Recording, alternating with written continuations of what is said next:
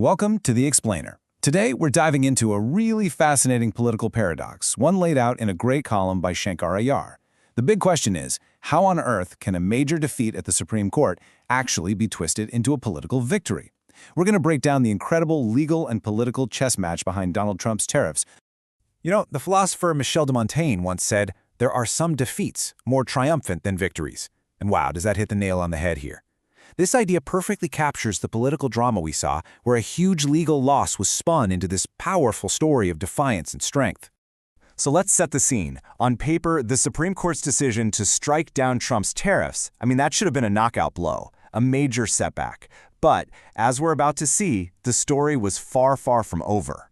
A 6-3 ruling, that's a pretty decisive message from the court, right? But as Shankar Ayar's column shows us, what looked like a clear defeat was really just Act 1 of a much larger political play. So you're probably wondering, how in the world this comeback even happened? Well, to really get it, we have to rewind a little and look at the legal argument that brought the tariffs down in the first place. Okay, so the whole thing kicked off with this law from 1977 called the IEPEA. Basically, it's a tool that lets the president act fast during unusual and extraordinary threats. But here's the thing. The administration used it to slap tariffs on over 180 countries. That was a really big deal. No one had ever used this law quite like that before. The legal case against the tariffs all came down to this idea called the major questions doctrine. And really, it's simpler than it sounds. The challengers basically said, whoa, hang on a second. Creating a giant new tariff system is a massive deal. It's a major question. That's the kind of thing Congress is supposed to decide, not the president using an old emergency law. And you know what? The Supreme Court agreed. They said, look, the president can block trade under this act, sure.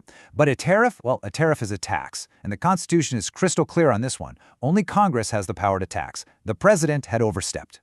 So that's it, right? The IEPEA is off the table, the Supreme Court has spoken, and the tariffs are dead in the water. Game over. Except, it wasn't. Not even close. They weren't even dead for a full day. Get this, just 2 hours. Within 2 hours of the Supreme Court dropping that ruling, the administration made its next move. It was pretty obvious they saw this coming and had a plan B ready to roll. So what did they do? They just pivoted. They pulled out a completely different law, Section 122 of the Trade Act of 1974. This one lets the president impose tariffs over concerns about the nation's trade balance. And boom, just like that, a brand new 15% universal tariff was back. Unbelievable. And this is where Shankar Ayar's analysis gets really interesting. He points out that this wasn't just a one-off trick, a simple backup plan. No, this was part of a much bigger, much broader strategy. Ayar calls it a trade armory, which is the perfect way to describe it. It's like this whole collection of other laws the administration can pull from. You've got Section 301 for so-called discriminatory trade, Section 232 for national security, the list goes on. The message was unmistakable. If you take away one tool, we'll just grab another. Okay, so this legal chess match is fascinating, for sure. But it's not just some abstract game being played in Washington, D.C. This has very real consequences for the global economy, and yeah, for your wallet. For global trade, the big result is just massive uncertainty. Imagine you run a business or even a country that trades with the U.S. You're trying to navigate a set of rules that can completely change in a couple of hours. How do you possibly plan for that? And Ayar lays out a concrete example. Let's take a country like India. On average, the tariff rate on their exports to the U.S. was around 3%. But with this new move, it suddenly jumps to about 18%. That is a huge, huge leap. And for all of us here in the United States, the potential fallout is what Ayar calls a palpable rise in inflation. It makes sense, right? If it suddenly costs a lot more to import goods, prices at the store are likely to go up, creating a whole new headache for the economy. But here's the absolute crucial point that Ayar's column hammers home. This whole thing isn't just about economics. At its very core, it's about a very specific and really effective political strategy.